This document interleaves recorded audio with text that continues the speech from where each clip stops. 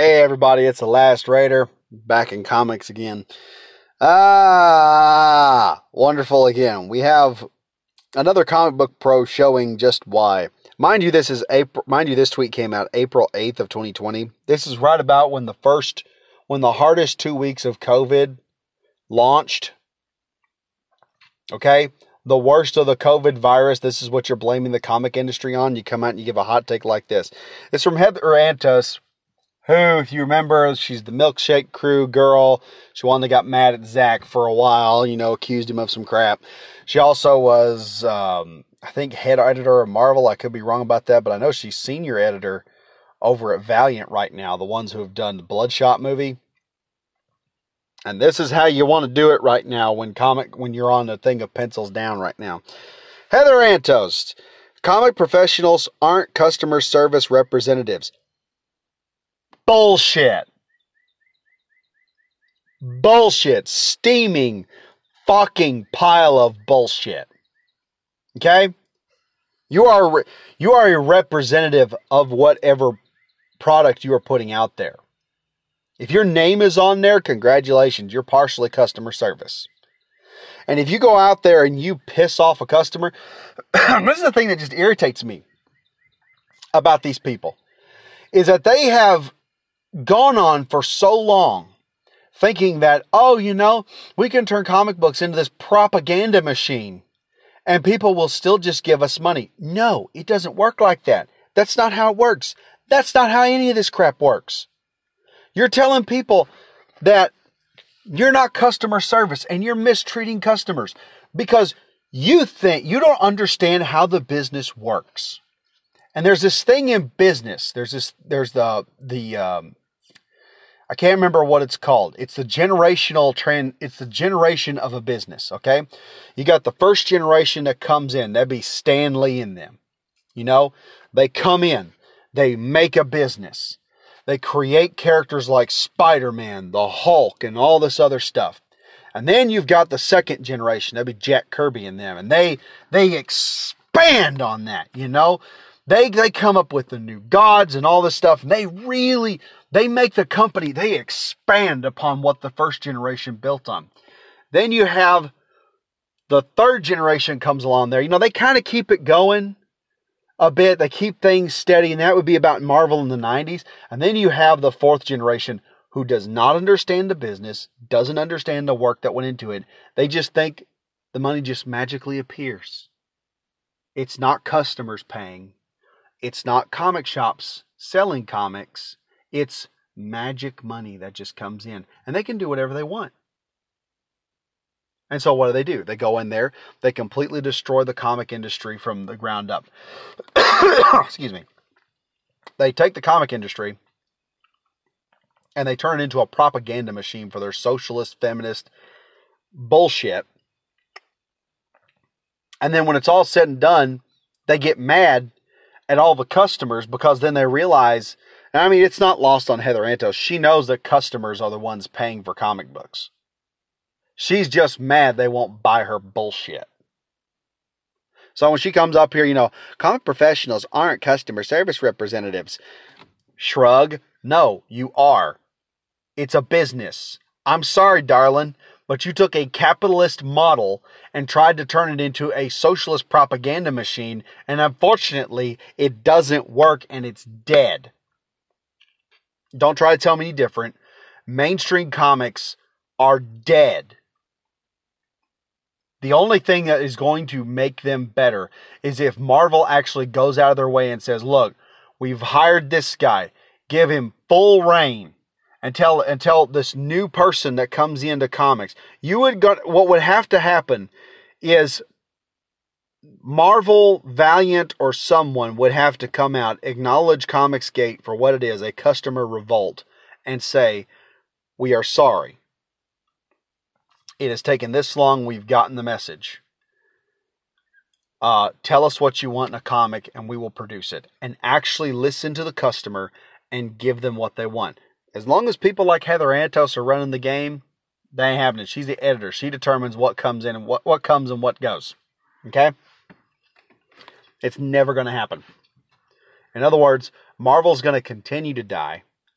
And I agree with Cecil on this. Okay?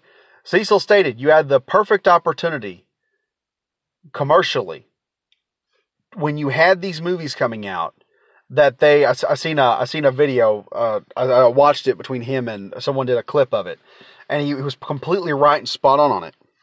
He said you had this opportunity with names like Tony Stark and Steve Rogers with being Captain America. He said, and having comic books when they come out that people could go read and see, what adventures these characters were on now. And instead, what do? You're out there revamping and redesigning and basically black and lesbian washing every single character in the dadgum scene. And you're politicizing it to the point. I mean, tell me that a comic book at Marvel matches what you see in the movie. Not even by character, just action-wise. I think the last couple of comics that I've seen reviewed are just chicks sitting around drinking milkshakes and talking about life. It's like, where's the action? I mean, fucking Captain Marvel movie had more action than any comic book that's coming out by Marvel right now. And it was more dynamic. It had better shot. I mean, you were to take the Captain Marvel movie, and Marvel Comics could not take the Captain Marvel movie and make a freaking comic book out of it and have people interested in it like some people were interested in Captain Marvel. And Captain Marvel was a shit movie. Okay? There's no way Marvel can make anything comic book. And that's stupid because comic books, you can put more money into a comic book in terms of special effects and scenes and locations. Basically, a comic book is a movie with an unlimited budget.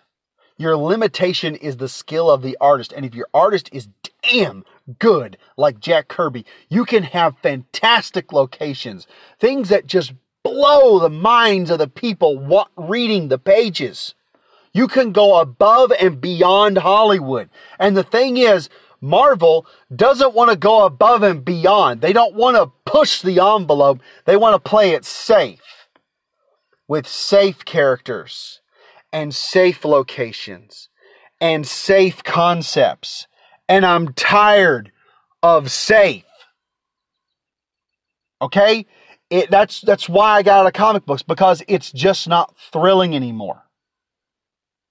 You don't get that thrill. You don't get those butterflies in your stomach when you're sitting there seeing a superhero get slapped around. No, all the superheroes are the best death ever, to quote Doomcock. And they never run into any real problems. They've always got the situation under control. You tell me how many people actually have the situation under control. You know what my wife says about me all the time? She says, I'm probably one of the best guys out there. I said, why is that? She said, because I know you don't know what you're doing, but you stay calm through the whole situation. She said, I know you're in the woods. You're just comfortable there. I've always been comfortable. I grew up poor. We didn't know if we was going to make ends meet. Sometimes I took Dad's Winchester, went out there and poached some animals because we had to survive sometimes. Didn't have a choice. These people don't. They're safe. They've always been safe. They've had a check. They've never run into adversity in their life. Oh, but they want to believe they know what adversity is. No, you don't know. If you cannot look into your life and find adversity, that problems that you have run through, things that people go through all the time. That's why you don't see the whole, guy worrying about a girl liking him or not. Peter Parker doesn't worry about that stuff anymore. I mean, used to he did. Used to, Peter Parker, man, he was worried about, I wonder, I'd like to get this girl, but, man, I'm just too lame. You're fucking Spider-Man, but you know what? Peter Parker thought he was lame half the time. He never believed he was the best of the best. There were plenty, Peter Parker, Spider-Man was the most popular, probably still is, the most popular Marvel character. If you were to look at Peter Parker back in the day, he thought he was nothing. This guy had a self-esteem issue like you wouldn't believe. Because he was a nerd. And he was relatable. Here was a guy that had unique powers, but still didn't believe that he was worth having a lot of happiness at times. He wanted it. But a lot of times he viewed the skills that he had, the powers that he had as a curse 90% of the time. And sometimes he had to be shown that his powers were necessary, that he was chosen for a specific path. And that's why he was given these powers, because he was needed, because he was the right guy for the job half the time. Heck, Peter Parker's whole deal of great power comes great responsibility was him keeping himself humble.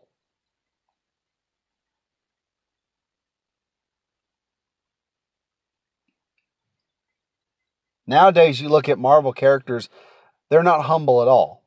They're, oh, I'm awesome, and I have all these superpowers, and they're totally unrelatable.